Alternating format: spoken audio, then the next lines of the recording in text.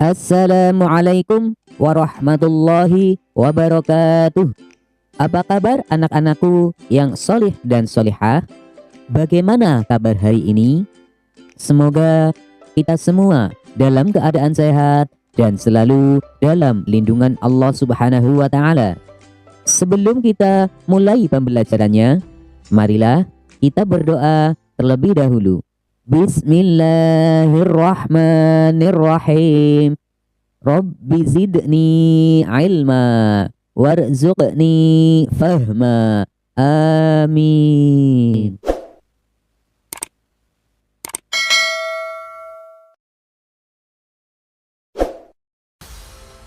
Dalam video pembelajaran kali ini, kita akan mempelajari materi tentang senangnya berakhlak terpuji dengan submateri toleran. Setelah mempelajari video pembelajaran ini, semoga kalian dapat memahami sikap toleran terhadap sesama. Anak-anak, ada yang tahu tidak apa sih arti dari toleran? Arti toleran kalau menurut Kamus Bahasa Indonesia, kata toleran adalah kata sifat yang menunjukkan sikap tenggang rasa, berarti menghargai, membiarkan, membolehkan pendirian, bisa berupa pendapat, pandangan, kepercayaan, kebiasaan, kelakuan, dan lain sebagainya yang berbeda dengan pendirian sendiri. Adapun pengertian toleransi adalah sikap saling menghormati dan saling bekerja sama di antara kelompok-kelompok masyarakat yang berbeda, baik secara etnis, bahasa, budaya, politik, maupun agama. Berdasarkan pengertian toleran, yang perlu kita ingat adalah ada 3 kata kunci, yaitu sikap saling menghargai atau menghormati, kemudian pendirian atau pendapat orang lain, dan berbeda dengan pendirian atau pendapat kita. Jadi, kalau ada pendapat orang lain yang berbeda dengan kita, maka apabila kita menghormatinya, itu artinya kita sudah menerapkan sikap toleran. Toleran atau toleransi dibagi menjadi 2 macam, yaitu toleransi sesama umat muslim dan toleransi dengan non-muslim. Yang pertama, toleransi sesama umat muslim. Jika toleransi sesama muslim, kita harus toleransi dalam bidang furu'iyah atau cabang agama. Misalnya, perbedaan dalam jumlah rakaat sholat tarawih dan membaca doa kunut dalam sholat subuh. Nah, untuk itu kita harus toleran, karena kemungkinan ada perbedaan pendapat dalam menafsirkan suatu ayat. Kemudian kita tidak boleh toleran kalau dalam bidang usul atau pokok agama. Misalnya ada orang yang mengaku mendapat wahyu atau mendapat kitab suci yang baru. Selain itu, ada yang mengaku sebagai nabi terakhir setelah Nabi Muhammad SAW. Nah, kalau seperti itu, kita tidak boleh toleran karena sudah masuk dalam bidang pokok agama. Jadi, orang yang demikian itu sudah termasuk orang yang sesat. Yang kedua, toleransi dengan non-muslim. Dengan non-muslim, kita harus toleransi tanpa mencampur adukan kepercayaan masing-masing. Kita boleh bergaul dengan baik tanpa saling merendahkan. Jadi, seorang muslim dengan orang non-muslim sangat diperbolehkan untuk saling bertoleransi. Kita menghormati mereka, kita membiarkan mereka dalam menjalankan ajaran dan kepercayaan mereka sesuai dengan pendiriannya. Akan tetapi, kita tidak boleh mencampur adukan dengan kepercayaan kita. Misalnya, kita beribadah di tempat ibadah mereka, dan sebaliknya mereka juga beribadah di tempat ibadah kita. Kalau seperti itu, maka tidak diperbolehkan untuk bertoleransi. Karena itu sudah mencampur adukan kepercayaan masing-masing.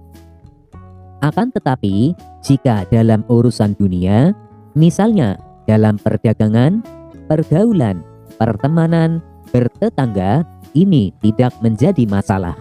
Justru kita harus bergaul dengan mereka. Karena kita adalah makhluk sosial, yaitu makhluk yang tidak bisa hidup sendiri. Berikut ini adalah contoh-contoh sikap toleran. 1. Kita menghormati pendapat teman yang berbeda dengan pendapat kita. Misalnya dalam berdiskusi, apabila teman kita berbeda pendapat dengan kita, maka kita harus menghormati dan menghargainya. Oleh karena itu, kita tidak boleh memaksanya untuk mengambil pendapat kita dalam kelompok tersebut. 2. Kita tidak membuat kegaduhan di masjid saat orang-orang sedang melaksanakan ibadah sholat. Dengan kita tidak membuat kegaduhan, itu berarti kita sudah menunjukkan bahwa kita sudah menghargai orang-orang yang ingin melaksanakan ibadah sholatnya dengan khusyuk. 3. Kita tidak boleh memasang petasan yang memekakan telinga, karena bisa saja di sekitar kita ada bayi atau orang yang sedang sakit. Jika kita memasang petasan, sedangkan di sekitar kita ada bayi atau orang yang sedang sakit, pastinya kita sudah mengganggunya. 4. Kita tidak membuat keributan di kelas saat guru sedang menjelaskan. Mengapa? Karena kita harus menghormati guru dan teman-teman kita membutuhkan ketenangan dalam belajar. Nah, itulah beberapa contoh toleran dalam kehidupan sehari-hari. Tentunya masih banyak contoh yang lainnya yang dapat kalian sebutkan. Anak-anak, jika kita bersikap toleran, apakah ada manfaatnya? Ya, tentu saja ada. Jika kita bersikap toleran, maka akan mendapat pahala. Selain itu, kita juga akan mendapat manfaat lainnya untuk kehidupan kita. Di antaranya adalah mempererat tali persaudaraan. Dengan toleran akan menjadikan antara yang satu dengan yang lainnya saling menghargai dan menghormati, sehingga akan mempererat tali persaudaraan di antara kita. Kemudian terhindar dari perpecahan, karena dengan toleran kita akan terhindar dari sikap membeda-bedakan, sehingga perpecahan di dalam masyarakat dapat terhindarkan. Selanjutnya adalah hidup menjadi aman dan tentram. Dengan toleran, tentunya akan tercipta kerukunan, sehingga keadaan akan menjadi aman, tentram, dan nyaman. Untuk itu, mari kita tunjukkan rasa toleran kita kepada sesama, baik itu di lingkungan keluarga, sekolah, maupun masyarakat. Anak-anak, setelah kalian menyimak video pembelajaran ini, ayo jawablah pertanyaan-pertanyaan berikut. 1. Apa yang kamu lakukan jika pendapatmu tidak dipakai dalam diskusi kelompok? Jelaskan. 2. Mengapa kita dianjurkan untuk bersikap toleran? 3. Dalam bidang kepercayaan pokok agama, apakah kita boleh bertoleransi dengan non-muslim? Jelaskan. 4. Sebutkan 3 hikmah dari toleran. Demikianlah pembelajaran kita kali ini. Untuk materi pembelajaran selanjutnya, tunggu video berikutnya. Wassalamualaikum warahmatullahi wabarakatuh.